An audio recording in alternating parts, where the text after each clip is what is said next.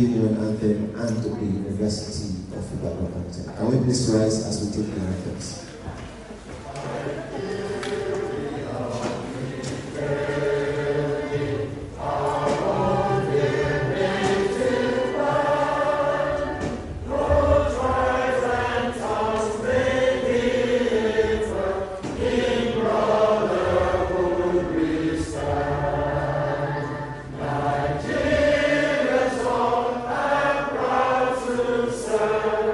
Sovereign on the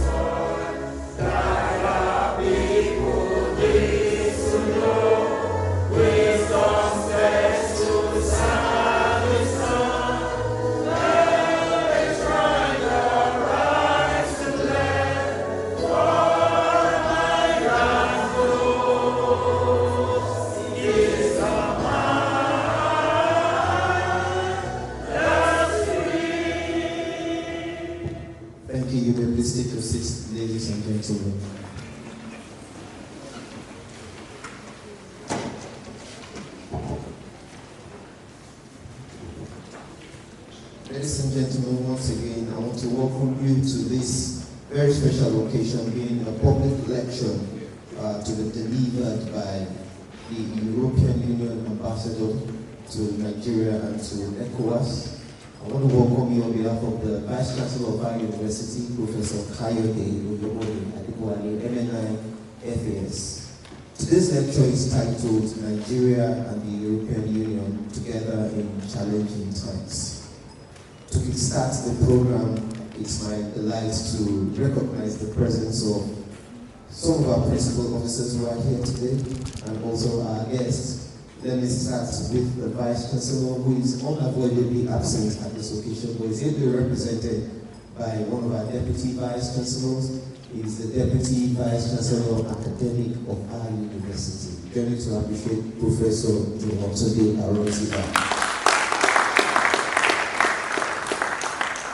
And it's also my delight to acknowledge the presence of the Registrar of our university, Mr. Gauthier.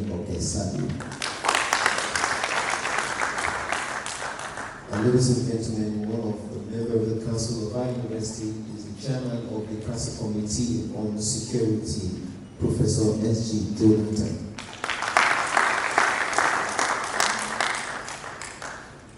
I pray for your indulgence, I will introduce our guest last, but I just want to, as a form of introducing the academic to our guest, that's why I'm taking the UI contingent first. And also, we have some deans of faculties in the University of Ibadan here present. The University of Ibadan has 21 faculties, and we have, I think, just 4 deans here present to be part of this lecture. I'll start with the first faculty to be established in the University of Ibadan, the Dean of Faculty of Professor Rashid Olamide. The Faculty of Basic Medical Science is equally one of the oldest faculties in our university. The Dean is also here, Professor Oyoroke Otunla. The next 2 deans are like twin faculties because the Faculty of Renewable Natural Resources was created from the old Faculty of Forestry. So the Dean of Agriculture, the Dean of Agriculture of our university, Professor Tolulogbe Oshosanya, and the Dean of our Faculty of Renewable Natural Resources, Professor Adejoke Akinyele. And I would also like to acknowledge the presence of the Dean of Students of our university, Professor Demola Lewis. And also, ladies and gentlemen, I would also like to acknowledge the presence of the Director of our Research Management Office, Professor Jegede. We also have the Director of our Center for Entrepreneurship and Innovation, Professor Sherifat Abuawa. We have a bunch of academics here today, distinguished dons and scholars of our university. If I should go on to recognize all, I'll virtually mention everybody's name, but permit to acknowledge the presence of the head of the Department of European Studies in the Faculty of Art, Professor Idiola Disability. And also one of our distinguished scholars in that department, Dr. Iyumi Olayinka.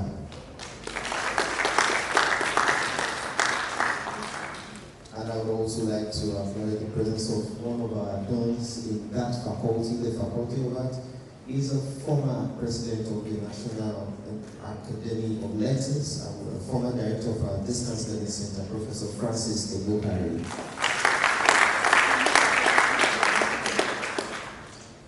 Vice Chancellor, do kindly allow me to acknowledge some of our international students from the Office of International Programs of our university. Pardon me if I don't pronounce your name well, but I will just make do with what I have here. We have from Uskuda University, Istanbul, Turkey, AC Serv. I hope okay. I believe I've been pardoned beforehand. And the second, private guest, Madina Akova from the same university. Okay. And also Shabani Ramazani. With the looks of their faces, I think I did a good job, right? Yeah. Thank you very much. A round of applause for being here. And ladies and gentlemen, it's our delight and our pleasure at the University of Ibadan. May I reiterate that University of Ibadan is the first and the best university in Nigeria, one of the leading universities in Africa, and we are delighted to have in our midst today an international figure. It only takes a university like UAE to receive an international figure, and not just on a visit to deliver a lecture, to share knowledge with us. And we've seen the quality and caliber of people we have here today. Unfortunately, we are writing exams. Hopefully, we have more people joining in. But ladies and gentlemen, it's my delight to especially acknowledge the presence of our lecturer today. Our international guest is the EU ambassador to Nigeria and the economy of West African states, His Excellency Gauthier Mignot. It's a big round of applause for him.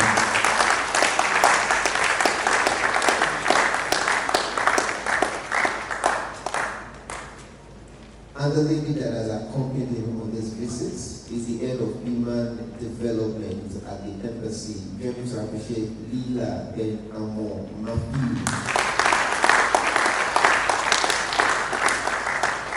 Thank you very much. My name is Dayo Olajide. I'm from the Directorate of Public Communications of the University of Ibadan. And so, okay, if you want to clap, don't change your mind. And ladies and gentlemen, it's my pleasure to welcome to deliver the Vice Chancellor's speech on his behalf, the Deputy Vice Chancellor Academic of our university. Join me to welcome Professor Jumo Arotiba as a substitute to do that.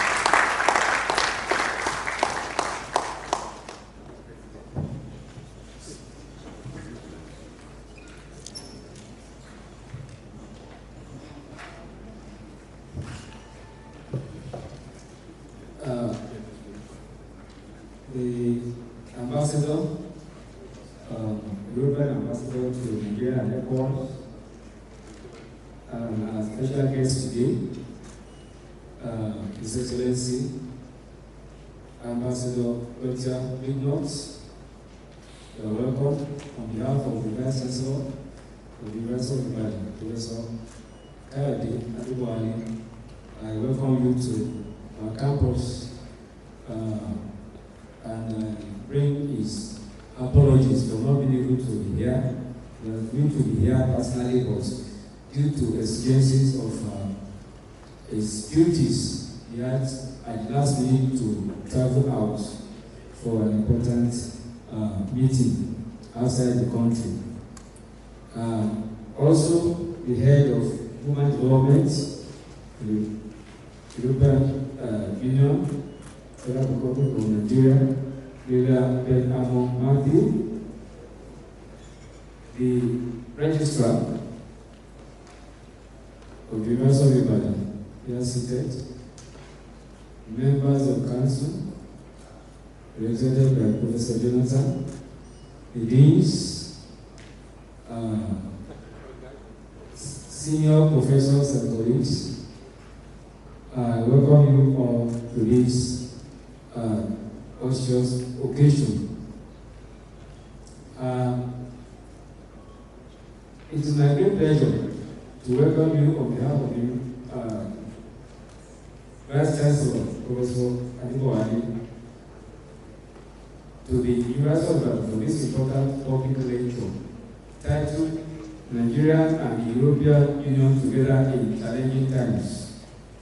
On behalf of the university community, I extend a warm appreciation to the Ambassador of the European Union for visiting our institution and sharing insights on a topic that is both timely and consequential. We are particularly delighted to host this engagement at the period when nations and institutions across the world are navigating complex challenges ranging from economic uncertainties and climate change to security concerns, technological disruptions, and evolving geopolitical realities. The relationship between Nigeria and the European Union has long been characterized by cooperation, mutual respect, and shared commitments to sustainable development, democratic governance, education, innovation, and human capital development. As one of Africa's premier universities, the University of Ibadan values partnerships that promotes knowledge exchange, research collaboration, and advancement of solutions to global and local challenges. Today's lecture provides an opportunity for meaningful reflection on how the European Union and Nigeria can continue to strengthen their partnership in addressing contemporary challenges while creating pathways for inclusive growth and shared prosperity. It is also an opportunity for our students and scholars to engage directly with global perspectives and deepen their understanding of international cooperation in an increasingly interconnected world. I'm confident that the ambassador's presentation will stimulate thoughtful discussions and inspire new ideas for collaboration between our institutions, our nations, and our peoples. Distinguished guests, ladies and gentlemen, thank you for joining us, and I wish us all a rewarding and enlightening lecture. Thank you. It's an honor, big round of applause for him. Vice Chancellor, do permit me to do 1 or 2 other recognitions before we dive right into the reason why we gathered here today. We are privileged to have in our midst the former Director General of the French Village here in Nigeria. Let me to appreciate Professor Tunde Ayeleru.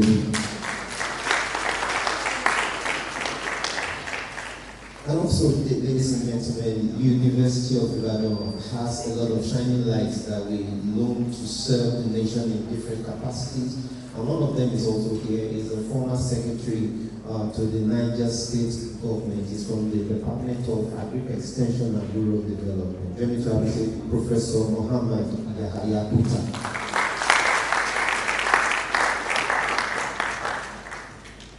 I don't know if I'll survive the next months in the office if I fail to recognize my boss, because if she didn't give me the authority of permission, I won't be here today.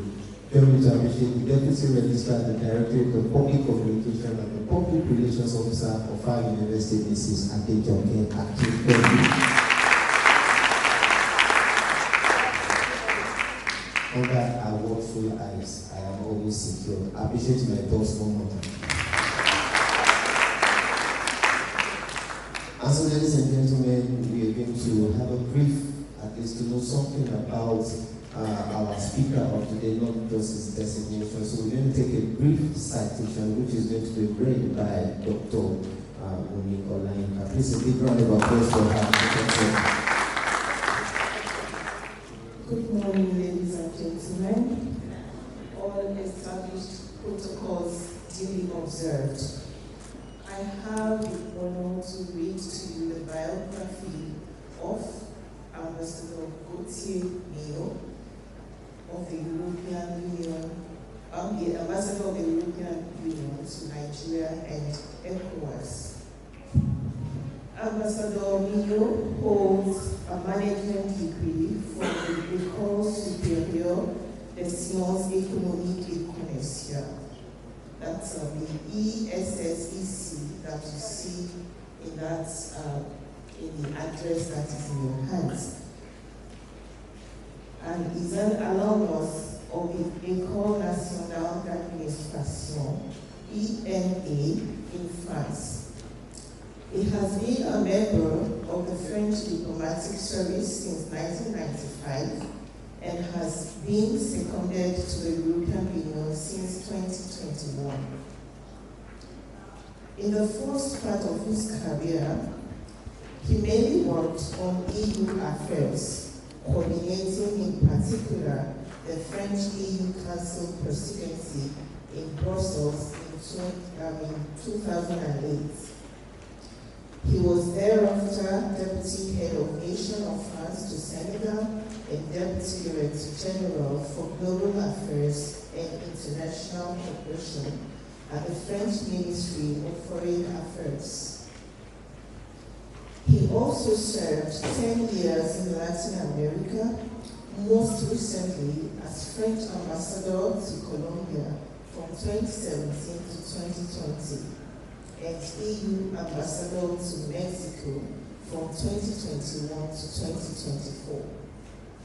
Since the 1st of September 2024, he has been EU Ambassador to Nigeria and ECOWAS.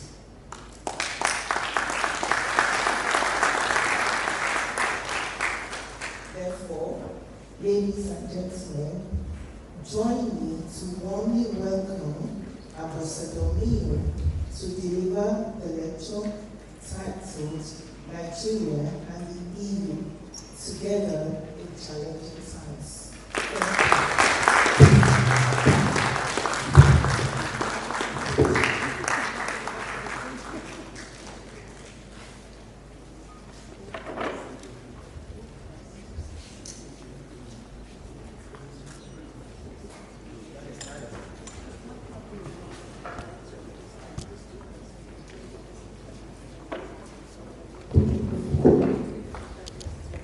Good afternoon to you all.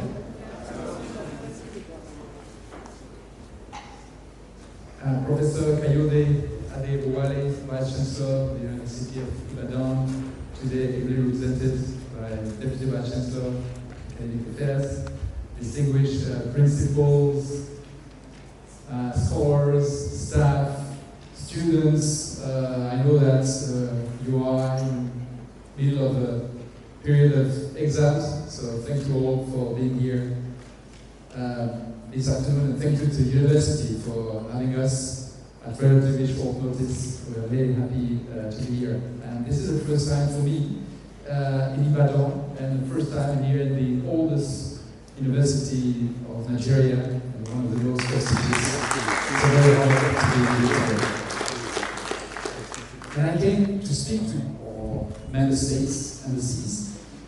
Here in Nigeria, we have 19 of our 27 member states with an embassy in Nigeria. So I'm not the boss of them, as my late mother was telling everybody, but I'm rather the cheerleader, the coordinator, let's say, of all these European ambassadors. And I came to speak about this subject of Nigeria and the European Union together in challenging times, because we are facing all together very tough challenges. As humanity first, and then we have also our own challenges, both here and in Europe, specific ones.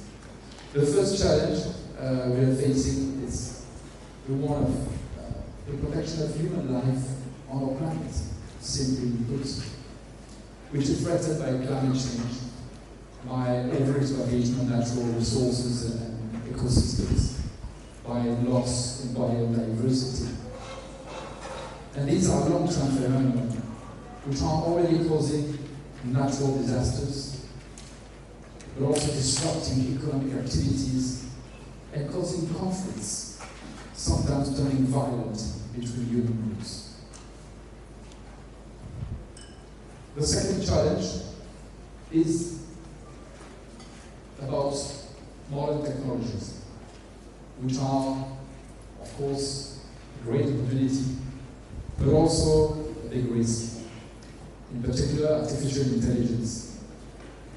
And we are seeing how there's now a whole debate, even from actors from this sector, about the risk of AI taking the control, running out of control rather, machines and algorithms taking over, perhaps control, but a very happy few businessmen in a few parts of the world. And all this goes along with massive disinformation also on networks. And finally, we have the challenge of inequality. Inequality growing within societies and globally, with a lack of social inclusion, and again, very few happy few getting richer and richer, while so many people are still in poverty and extreme poverty around the world. And then we have our own challenges, as I was saying. Here in Nigeria, we have this challenge of security and violence. I will not describe it, you know it better than I do, for many years. And we are facing now also in Europe a challenge that we thought was behind us in terms of peace and security. Because we have a big neighbor to the east called the Russian Federation, which is daily invading our airspace,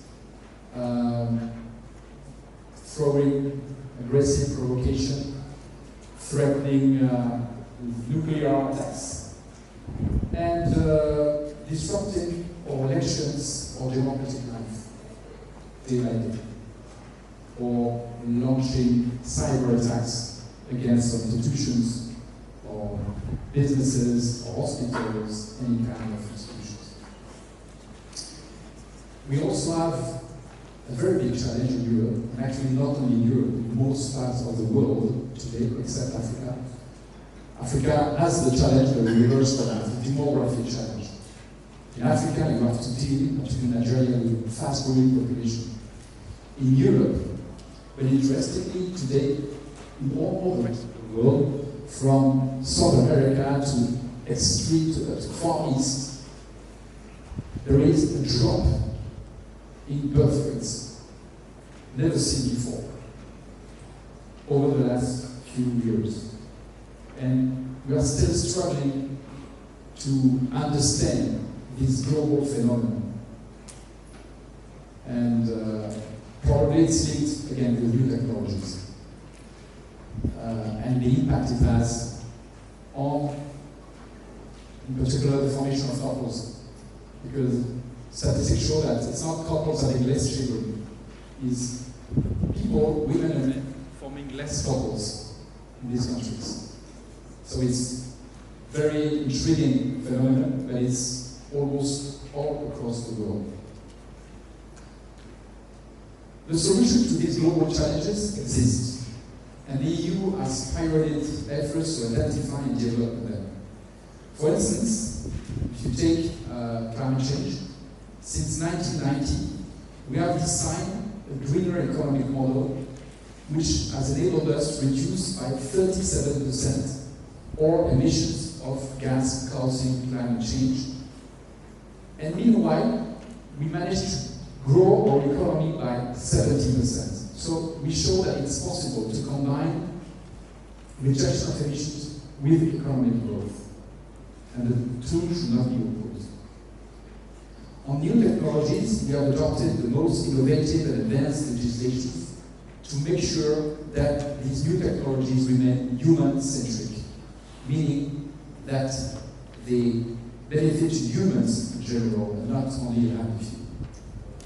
And we are also leaders globally in reducing the social gap, and we are leaders in official development assistance, because what we want to do is to help others or partners across the globe to follow the same path of this triple transition: green, digital, and inclusive.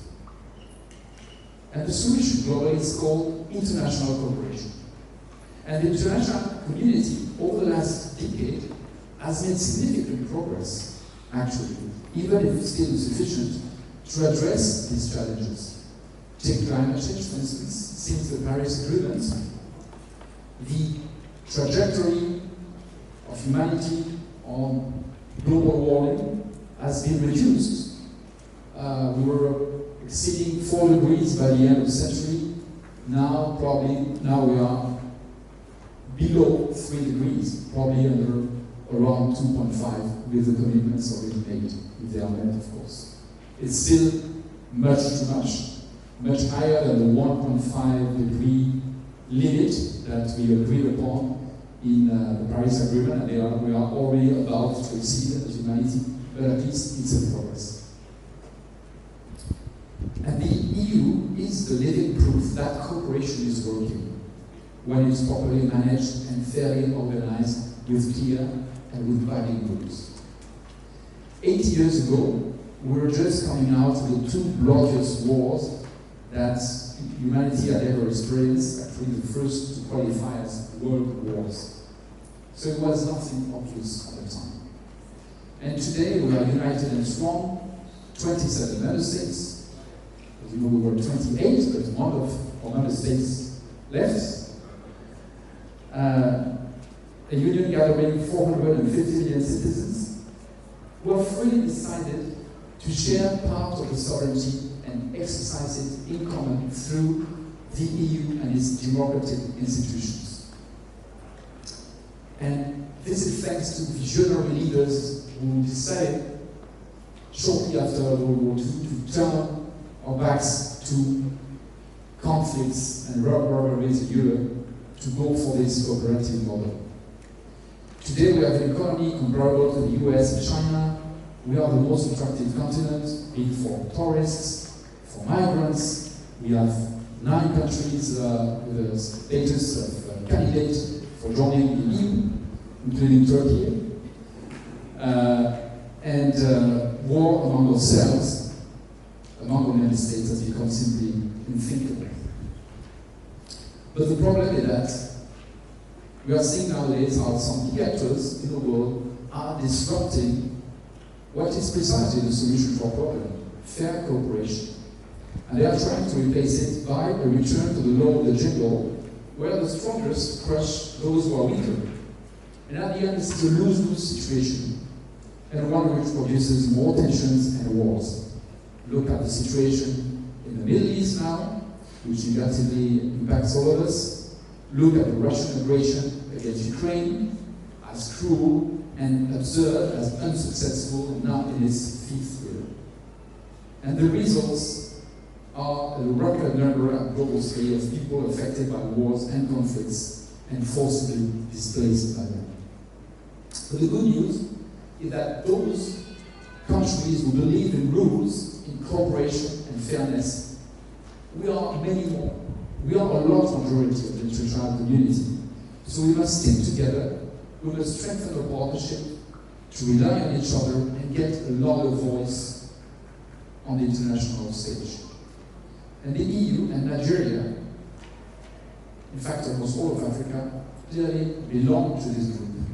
And this is why our leaders decided during the recent EU-Nigeria ministerial dialogue in March in Abuja to enhance our partnership and bring it to a high level. So let me tell you a few words about this EU-Nigeria partnership, which is already very strong. It covers many areas with concrete impacts in all 6 geographical regions of Nigeria.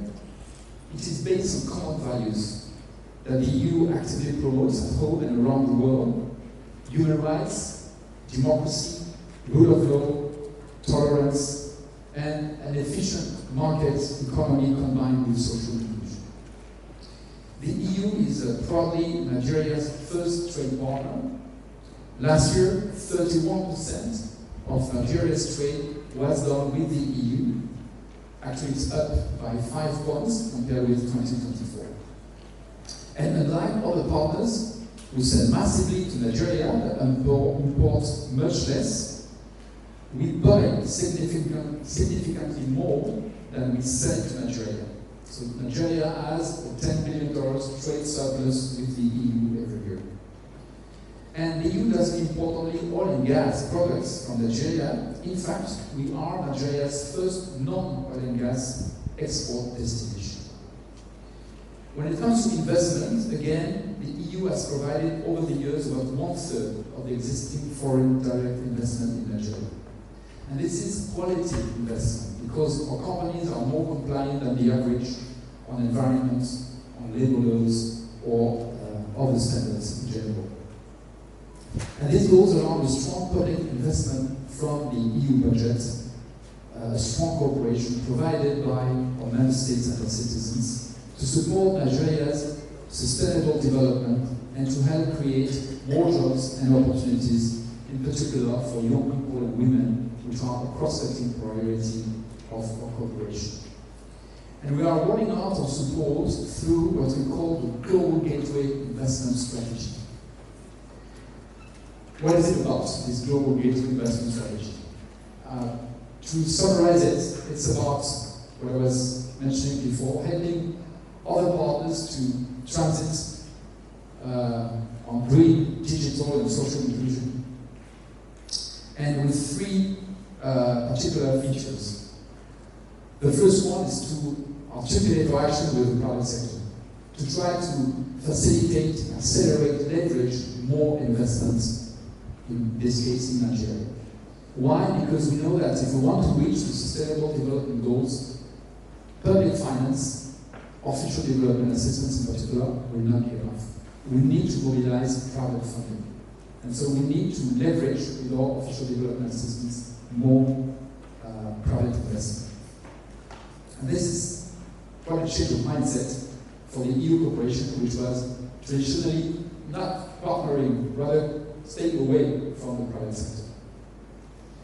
The second feature of the Global Gateway is to work within what we call Team Europe. The EU is 27 member states with whom we co-fund projects, and they also implement them, because the EU doesn't implement projects, we fund them, and they are implemented by others, UN agencies, or in many cases, or member state development agencies.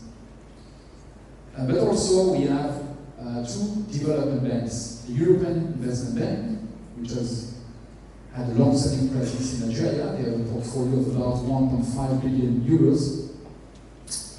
And we have now another bank which has started operation recently and is soon opening offices in Lagos. It's the European Bank for Reconstruction and Development, which is not only an EU bank like the EIB is, but the EU and its member states hold the majority of shares. And they are complementing each other. The EIB is more looking towards the public sector, EBRD more towards the private sector, both operating with loans with reduced interest rates and also bringing technical assistance to their partners, their counterparts. And the third feature of the Global Gateway is the fact that we have a whole set of financial instruments about financial engineering. We have loans, we have grants, 730 million euros for the period 2021-2027 in Nigeria. And we have also guarantees. We have a whole set of different instruments that are now tailor-made to meet our partners' needs. In Nigeria, the Global Gateway's priorities are climate-smart agriculture, renewable energy, transport, digital economy, health in particular. And then there are other areas we call supporting areas, which are still very important for us. Governance, rule of law, democracy, for instance, are also very much supported. Education, of course, is another one.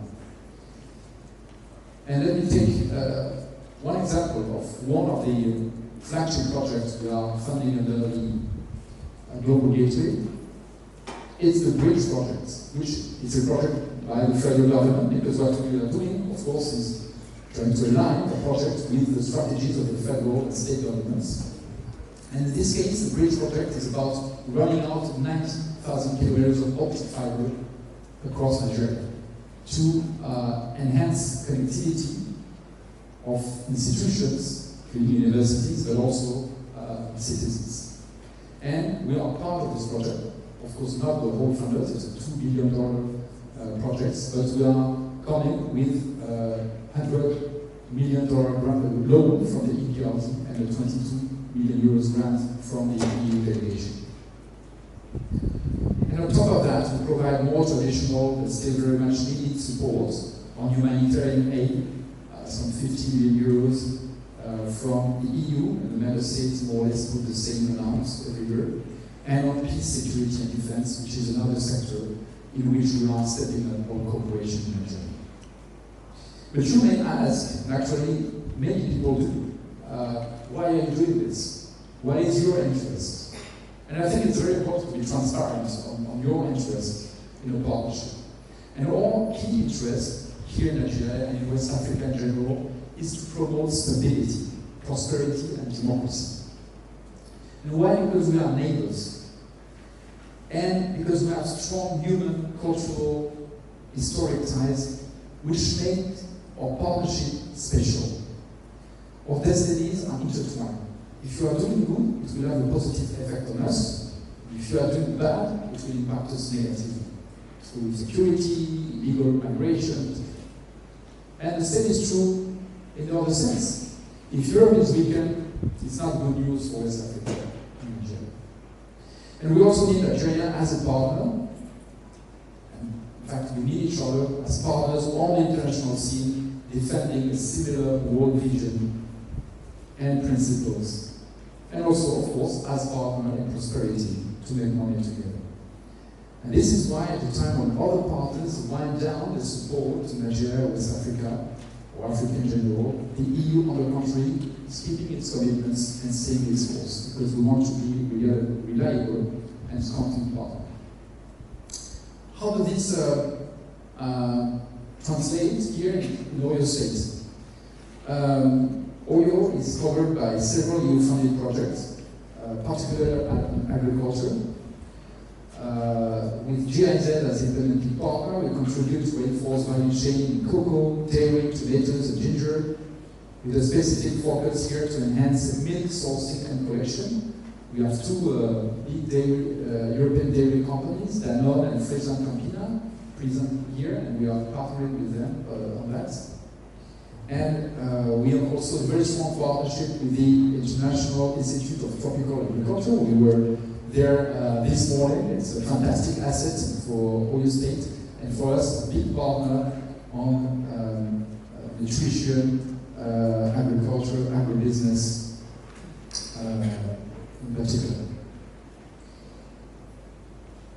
We also partner with the Nigerian Space Research and Development Agency and the European Space Agency on innovative agriculture to reinforce agricultural and environmental monitoring systems to help authorities and farmers to take the right decisions using machine learning and AI. And we will also soon launch a project to enhance technical and vocational training in agriculture with the French Agency for Development, AAD, focusing on youth, women, and people with disabilities. Oyo State is also benefiting of a program to help federal government and the state government to develop social protection systems to fight against poverty, extreme poverty in particular, and develop social safety nets. And our project specifically focuses on strengthening the National Social Register to make sure that these safety nets target the right beneficiaries. And it's implemented by UNICEF and ILO.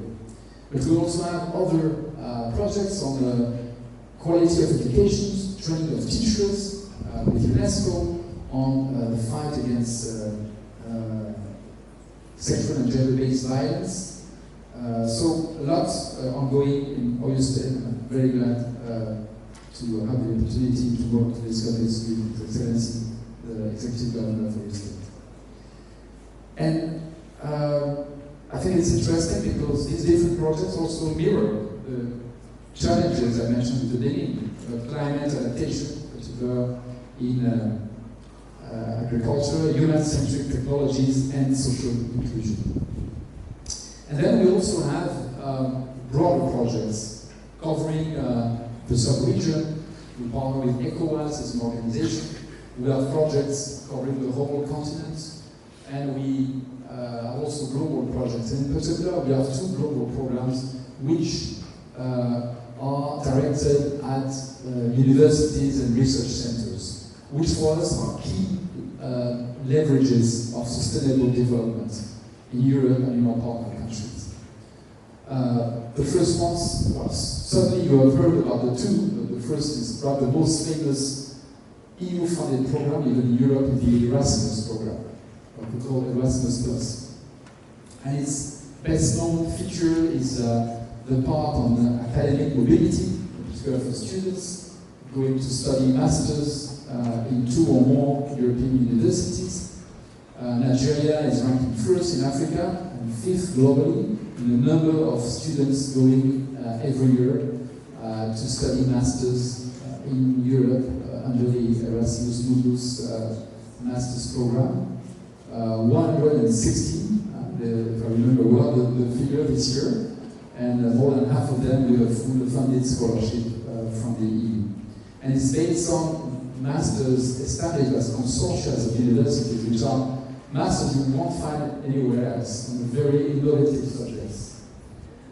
But under the Erasmus program, there are also other aspects.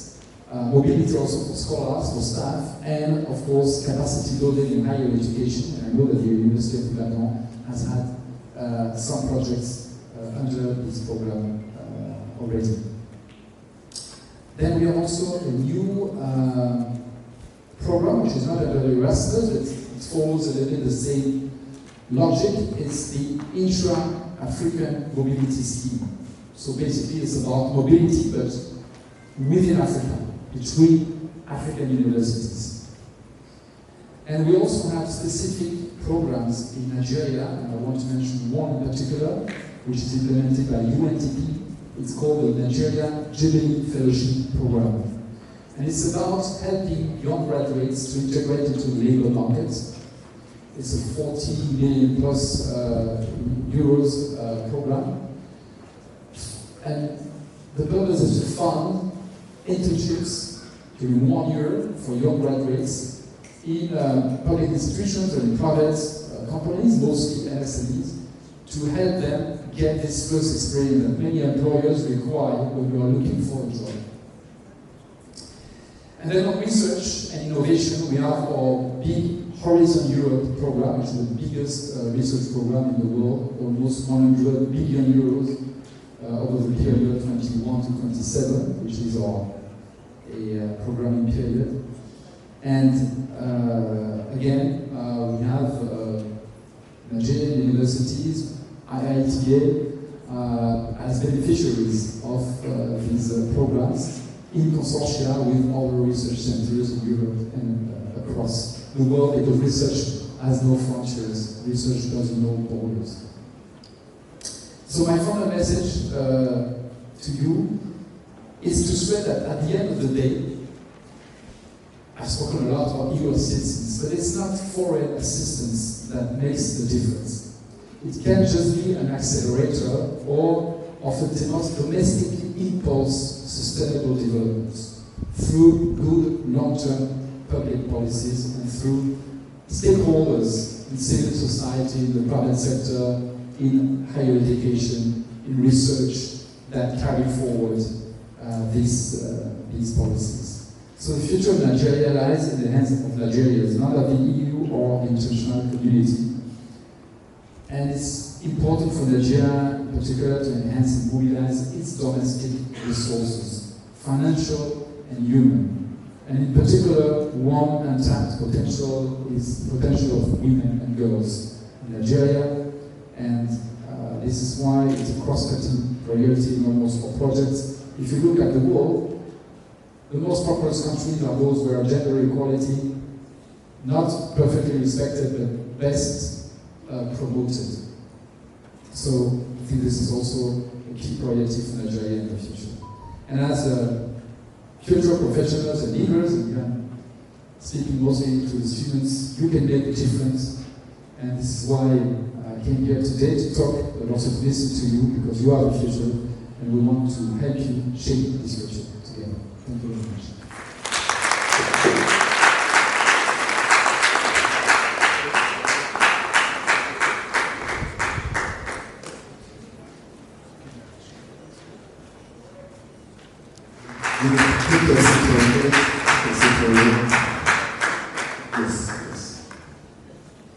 Ladies and gentlemen, you will agree with me that that was not just informative, it was inspiring and also reassuring. Please, a big round of applause for him.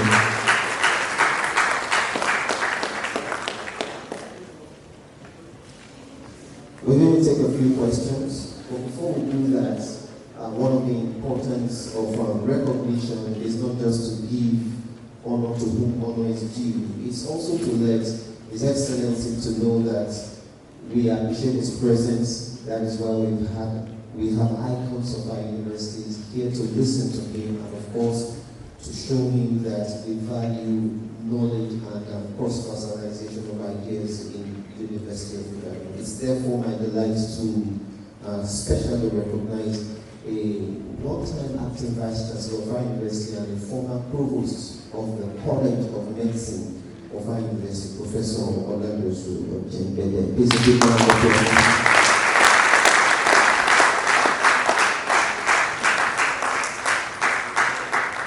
We can honestly come show in events like this. Please, another big round of applause. And also we have another member of our University Council, Professor Mignot, FAS. Please, a round of applause. When the Dean of Law shows up at an event, I'm always confident that we have ego backing. Join me to appreciate Professor Gauthier.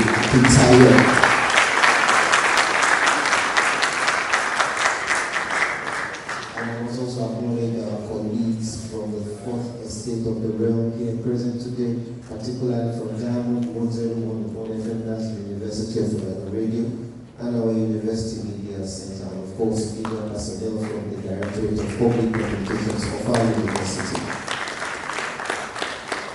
It's on that note, ladies and gentlemen, I would like to take a question or two.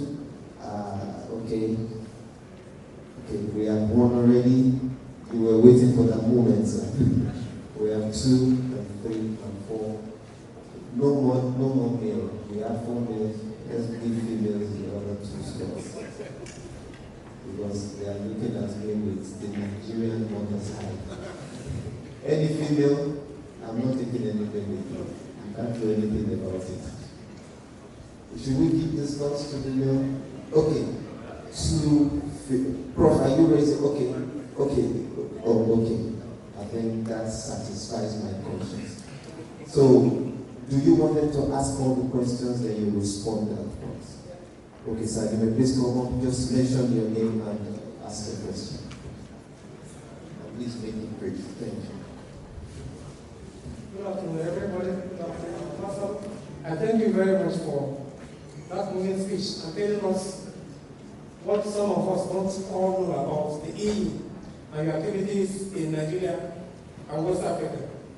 So, I'm happy that EU is very much concerned about climate change and you're already taking actions in the EU countries to reduce emissions and at the same time ensure there is rapid economic development. But here in Nigeria, members of the EU countries are the people running petroleum industry, so to say, the oil exploration, but there is still a high rate of gas flaring. That flaring is affecting the common people. Our government officials who may not have taken same action are not affected. It is a common people. If you go to Port Harcourt and other areas, people will sneeze to see that substances. It is a major problem. I wish the EU will look into and advise those companies operating here. Some of them may be Britain, but we also have a relationship with them to reduce gas flaring. We have the technology to do so. They can help us do so. We need gas in this country. In fact, gas is getting more costly. So we need to convert that gas to cooking gas so that we don't just waste it. The second is that internationally, once there is a conflict, like we had in between Russia and Ukraine, immediately the price of bread, everything went up, no problem. It was crisis. Now we have, you mentioned the crisis here and there in the court. We are all feeling the pain. Now we have the United Nations. EU is a very strong bloc. What is EU doing to make sure that United Nations functions? Not any person that will wake up and go and kidnap the president of another country, take it to his own country. Was that why United Nations was formed to allow such to happen, like the case of Venezuela? It will happen if you come and kidnap the president of Nigeria, and everybody will keep quiet, the EU will keep quiet. Thank you, Please, sir. you can do that. Thank you.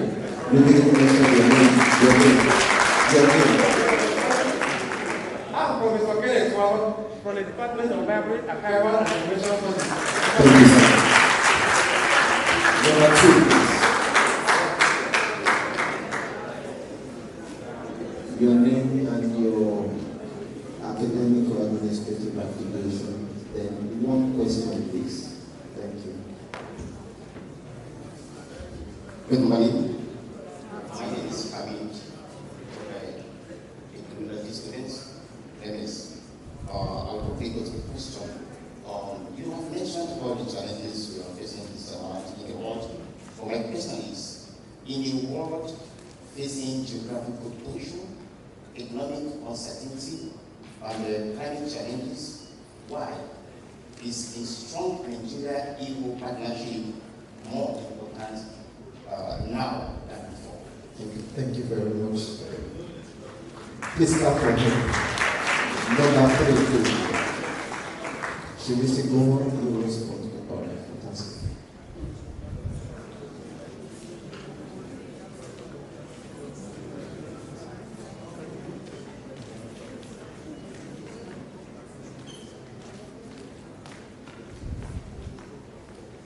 Thank you, Your Excellency. That was a very beautiful presentation. Akindele 18 is my name. I am a principal staff registrar in this university and the Faculty of Southern Faculty of Technology. I have 3 questions. What is EU doing about restitution to Africa? 2, what is EU doing about preventing money laundering of the resources of Africa to the EU nations? Number 3, in 2019, I learned that Horizon 2020 grants to Africa were not accessed by Africans. I want to know whether we have improved today or we need some education to us as Africans to be able to access our fund where the funds are. Thank you. Please short and latest questions. Number 4, please, before we go to the students. Okay, please come forward. Your name, your department, and kindly make it brief. So, good afternoon.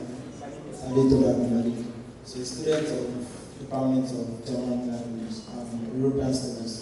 So, my question is that you made mention of a lot of sectors, agricultural, infrastructure. So, my question is that did EU do anything like sport is part of what promotes peace and a lot of resolutions in the world right now. So did EU do anything like using the sports sector like to promote one of it that you mentioned? Thank you, sir. I was hoping you were going to ask that question in German. All right, madam.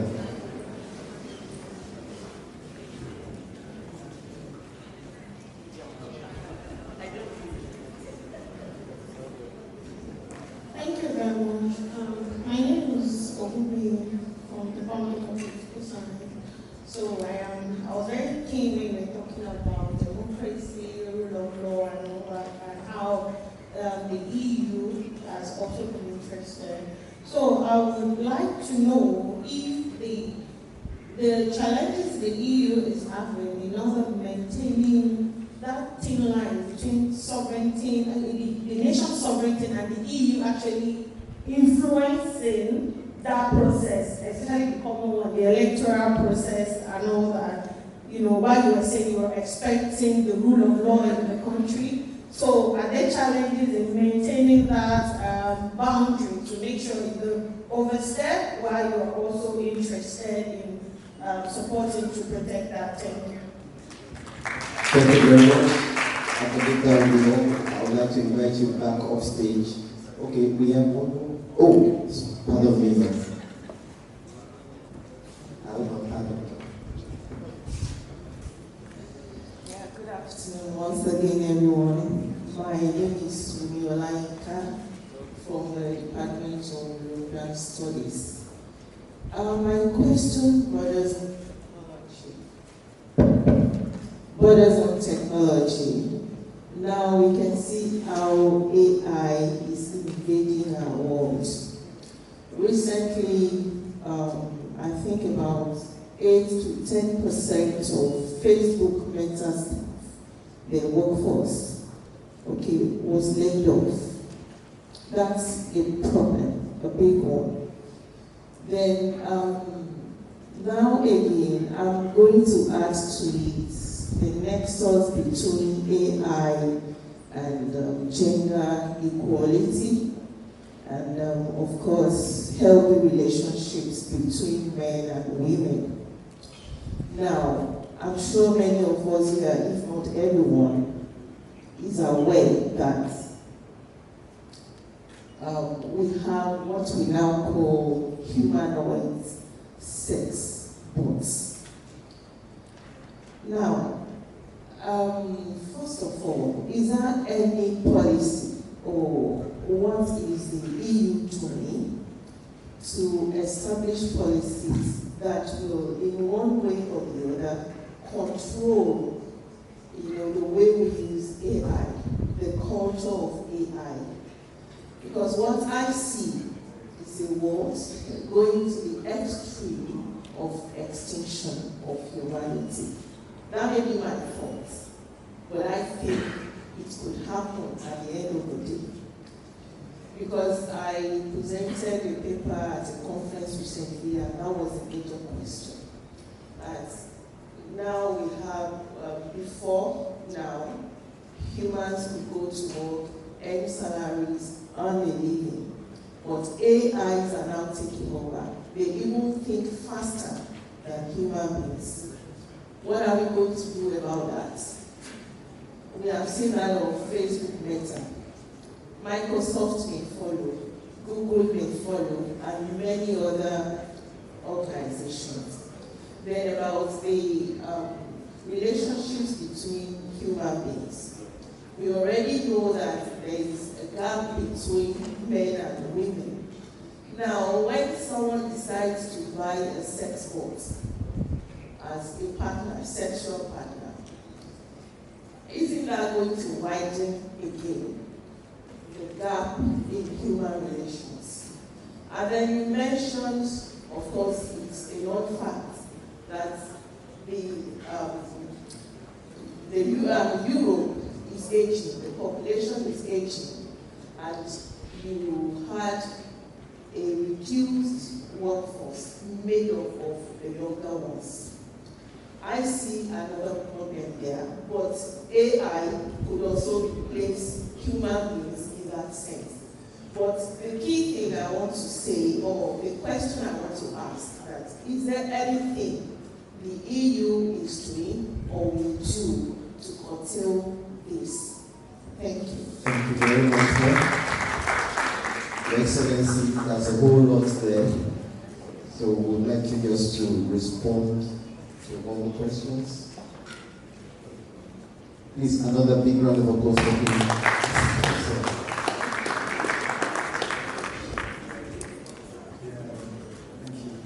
Well, thank you very much for these excellent comments and questions. I will try to take them in order. Oil and gas flaring, yes, it's a big issue in Nigeria and a big source of emission of greenhouse gas. And yes, some EU companies active in Nigeria in this sector also do gas flaring. But our companies operate under the standards of the country. So it's about trying to improve that. And actually, it's part also of our action on climate across the world. We have forged an alliance of countries to attack this phenomenon of gas flaring because the emission of methane are some of the most powerful greenhouse gas emissions. So what we want to do is not to just to pressurize EU companies as such, but try to help Nigeria to improve on this across the world. Because Because, and this relates to a more general issue when it comes to reduction of emission. It's to avoid what we call carbon leakages, meaning that it's no use putting very stringent conditions on our companies in Europe or across the world if the emissions that we will manage to reduce doing this will just be taken over by other actors, other companies.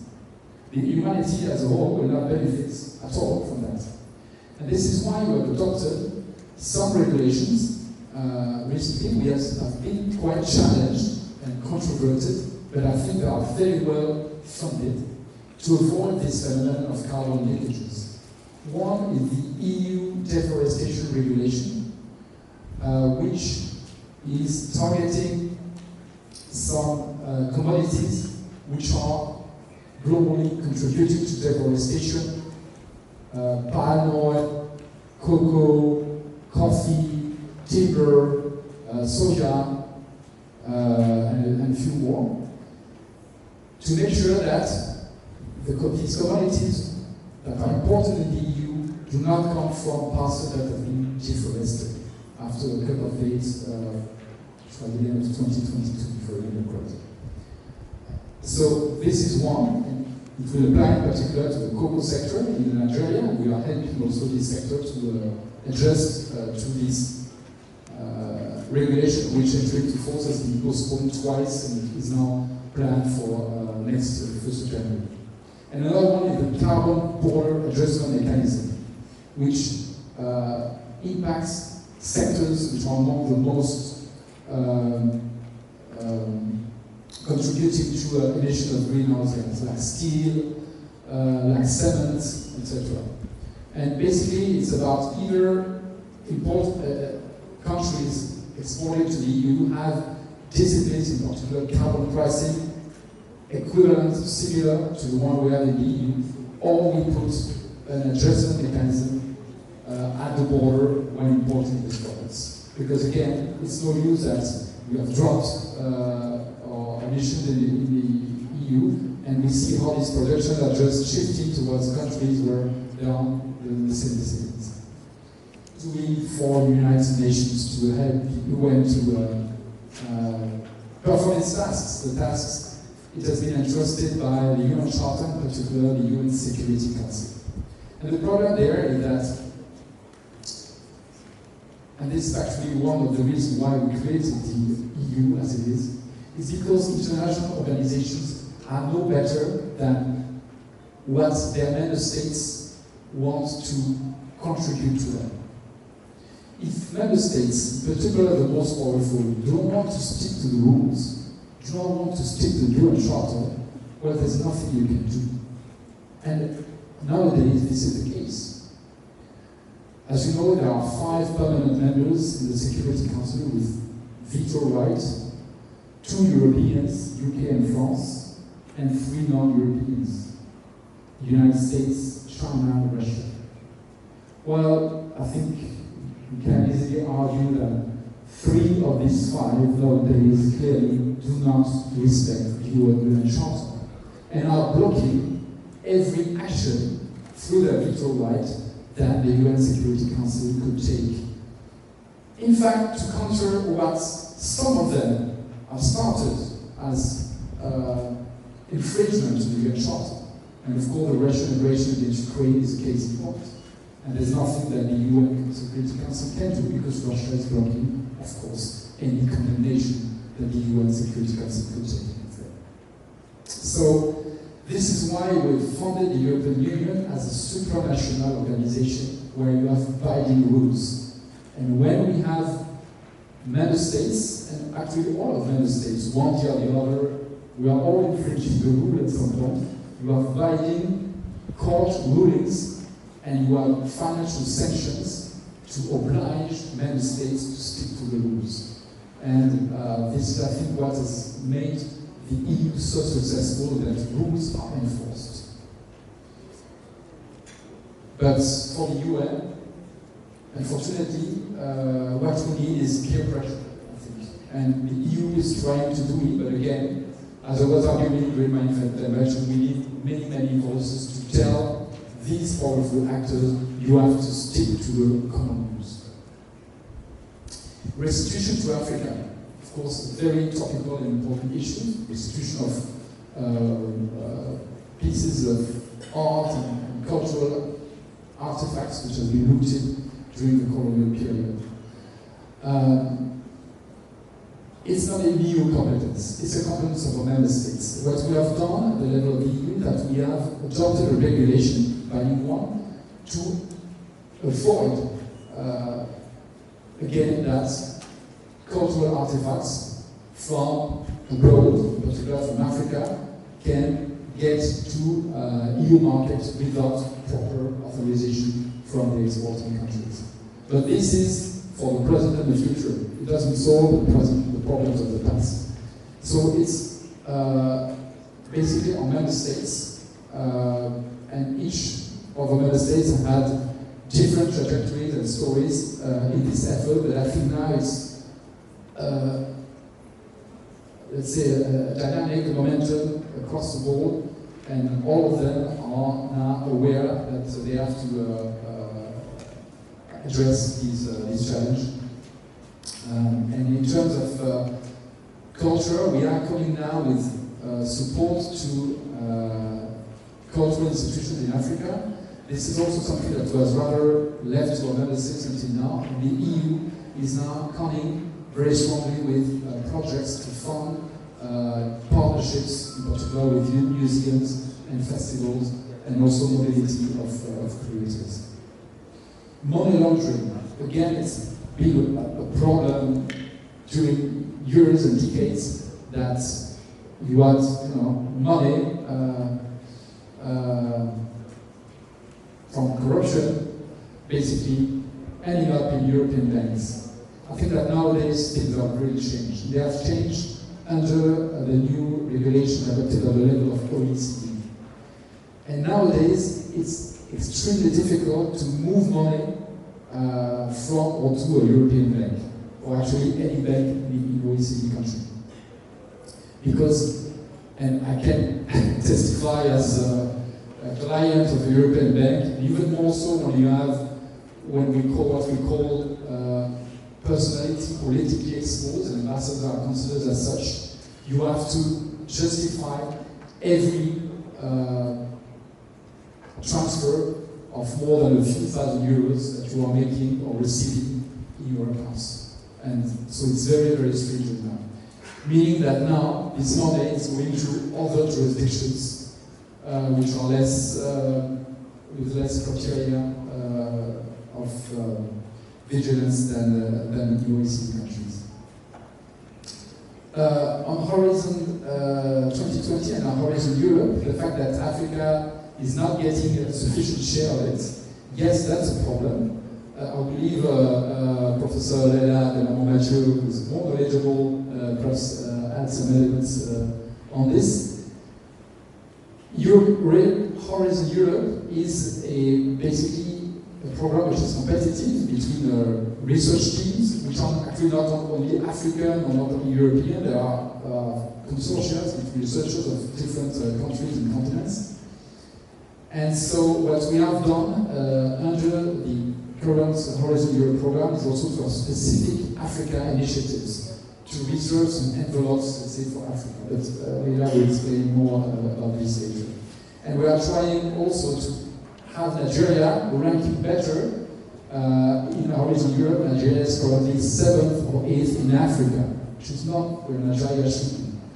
And we are also negotiating a science, technology, and innovation agreement between the EU and Nigeria, which will be the second in Africa after the one we have with South Africa. And we want to try to boost Nigeria's participation under Horizon Europe.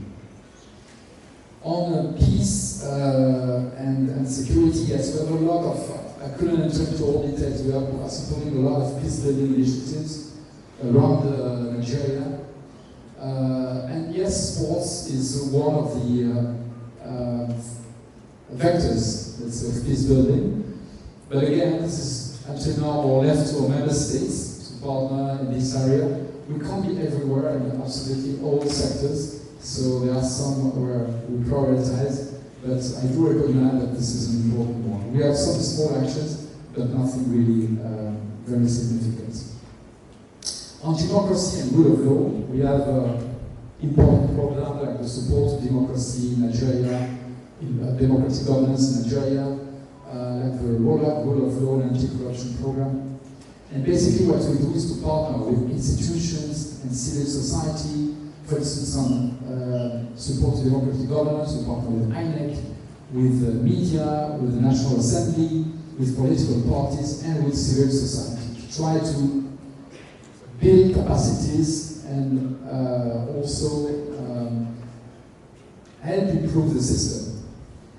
For instance, we've had over, since democracy was established in Nigeria, we have had electoral observation missions which have always drafted recommendations on how to improve the electoral system. So we try to help to implement these recommendations. Of course, it depends on, this is a sovereign issue, so it depends if National Assembly in this case will take this up. And we have, for instance, supported also the debate recently on the special seats bill for women in the National Assembly, because we think that it's important to improve women's representation in politics in Nigeria. But again, at the end of the day, we leave Nigerian institutions and Nigerian people decide on this. So yes, sometimes it can be challenging for an ambassador not to go too far, to try to promote democracy, promote human rights, promote rule of law, which can include a bit of criticism to authorities, but that's where diplomatic skills must be used, to do this in a respectful way for sovereignty and in a way that your interlocutors can listen to and understand, and that can have an impact. And we had the case in particular in 2023 when our electoral observation mission had some critical recommendations on the conduct of the 2023 election, and they got a very strong statement from the State House in response to that.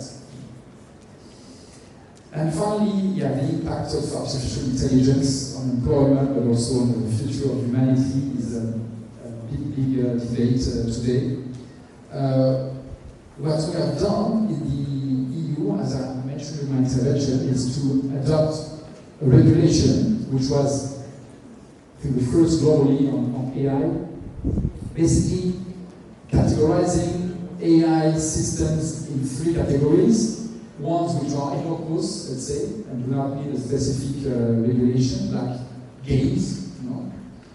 One which, some in the intermediate category that might imply some risks and which needs specific scrutiny.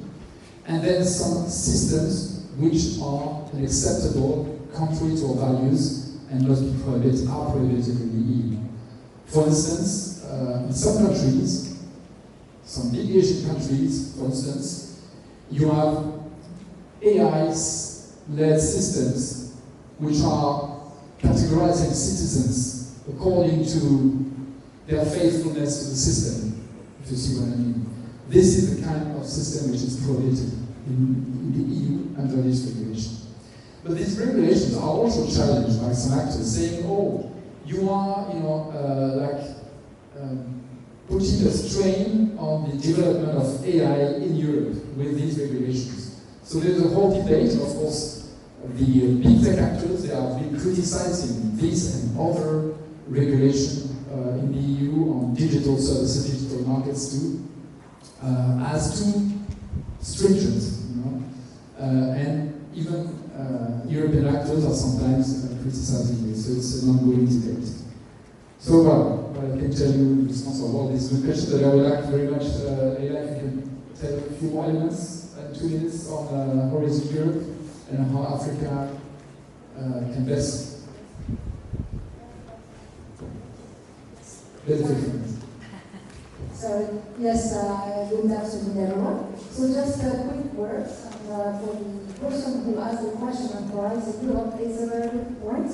Horizon 2020 was analyzed after, like post-mortem, and they realized that indeed there were very many it's not biases, because as the ambassador was saying, it's like highly competitive. So you have teams, so the country that maybe gets more grants are probably China and Japan, because it's totally open to everyone. So that was Horizon 2020. So Horizon Europe they tried to earmark money for Africa. And that's what we call Africa Initiative. So we're currently running Africa Initiative 4. It was launched in February 26. For 26 plus 27, it's about 607 million euros set aside for projects coming from Nigerian African teams or on African topics. And it's across the 6 pillars of Horizon. So public health, rehabilitation, technology and innovation. And we have the last one is culture and inclusivity and housing capacities for science. And these are accessible on the EU portal. It's running, so some of the calls are already out. They have, but there's still a lot of calls coming up until the end of 27. What we will do is we support Nigeria in applying to these grants and also to Erasmus grants. We have had a company that is providing expertise to the universities and research centers across Nigeria in writing proposals. So if you have not been in touch with them, they can very well organize, they are based in Europe, but they can do virtual trainings or information session. We work with the federal government on that, with the Ministry of Science. So it's also led by the Ministry of Science. And we have had info sessions. We can ask for new info sessions anytime because we have extended the contract with these people until the end of this year. So there is still a lot of potential, but you're right. Africa was not enough represented as Horizon 2020. Sorry, I realized that I forgot one important question on the importance of the EU-Nigeria partnership. I think I kind of responded already during my intervention, but basically we see Nigeria as a big powerhouse in Africa and globally. And it will be more and more important in the future. And this is why we need to engage more with Nigeria. And the truth is, Nigeria has been a little bit a black spot, on the map for us, with great force partnership with other countries, including in Africa. People look rather South Africa or Kenya, or even, in West Africa, much smaller countries like Senegal and now people are realizing in Brussels that Nigeria matters really as a key partner. And so that's why for us, helping also Nigeria playing a more prominent role on the international stage as a like-minded partner is also in our interest. Thank you very much. I thought the lecture was profound, but the question and answer session is awesome. It's another big round of applause. Before we go for the vote of thanks, Mr. Vice Chancellor, somebody you're speaking to my ears. If it's okay, we should take one more question before we wrap it up. If it's okay? Okay, I guess I have to leave. It's on that note, ladies and gentlemen, I welcome the Registrar of the University, Mr. Gauthier, to give the vote of thanks.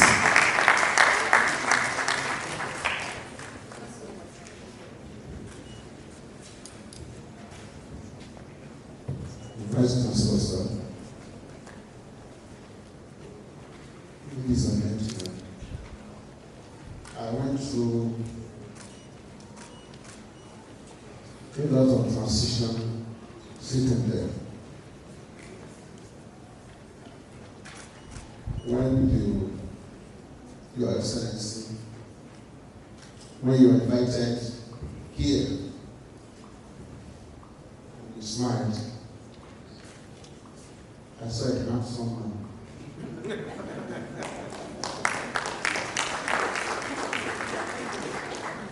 I said, wow.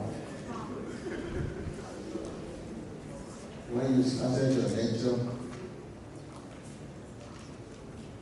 I saw an intellectual giant.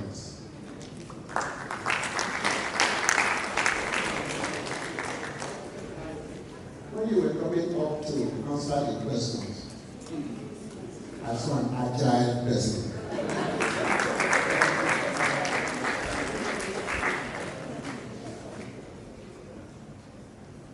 And I thought you were preparing to go for the World Cup.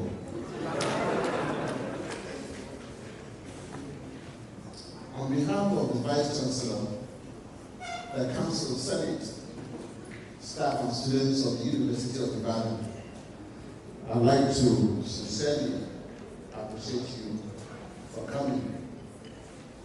I know that these discussions will continue because in actual sense, when you listen to the University of Ibadan anthem that we had, and we are still going to sing before we go.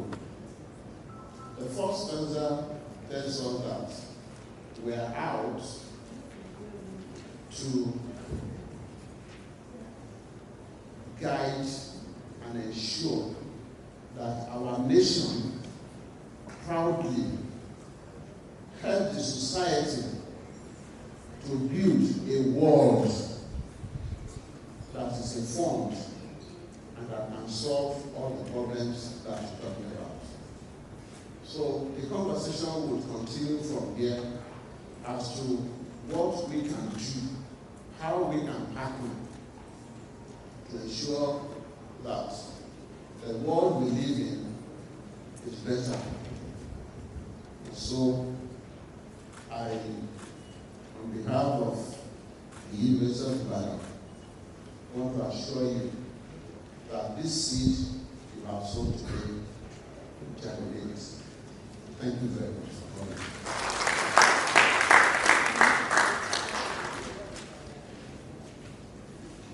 Let me sincerely appreciate the head of human development of the EU delegation to Nigeria, and ECOWAS. I've had her contact now for some time, but we have not been able to speak. But we are meeting today. So thank you very much for coming and for making this happen. I would love to appreciate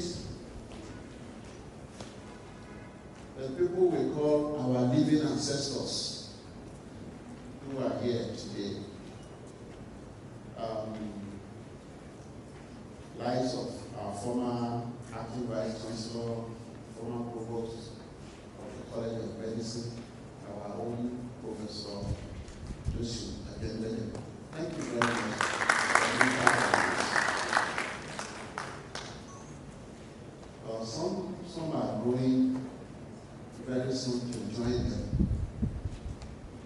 but we have them in their numbers here.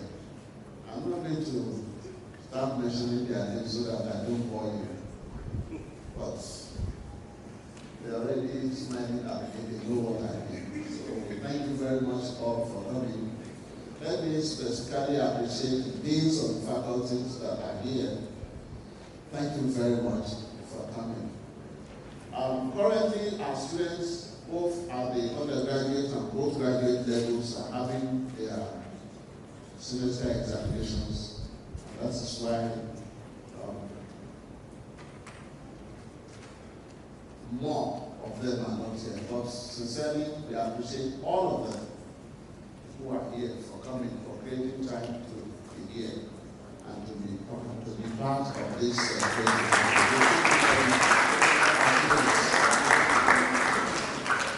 Finally, let me appreciate the organizers of this program. They have done a great job. ably led by the Director of the Research Management Office, Professor Gauthier.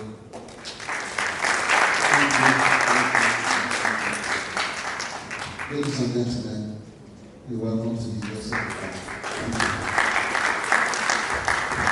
The registrar, the 13th registrar of our university, Mr. Habib Gauthier, please put your hands together for me.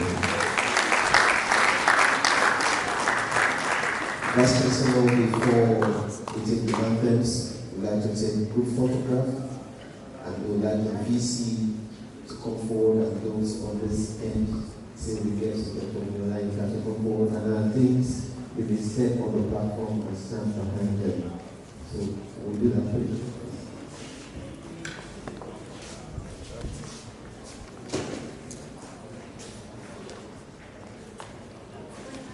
Professor Gauthier and Professor Mignot to kindly join. Professor Gauthier and Professor Peter and Professor Gauthier and also join.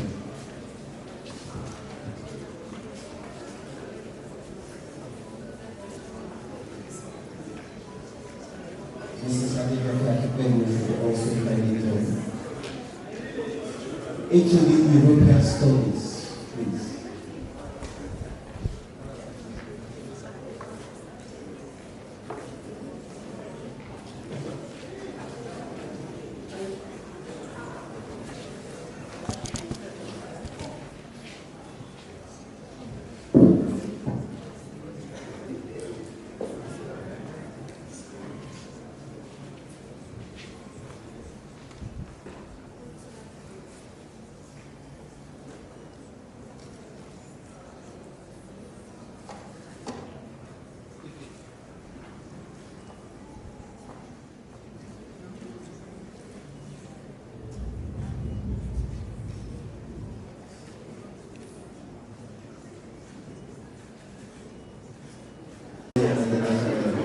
Please rise as we take the that order.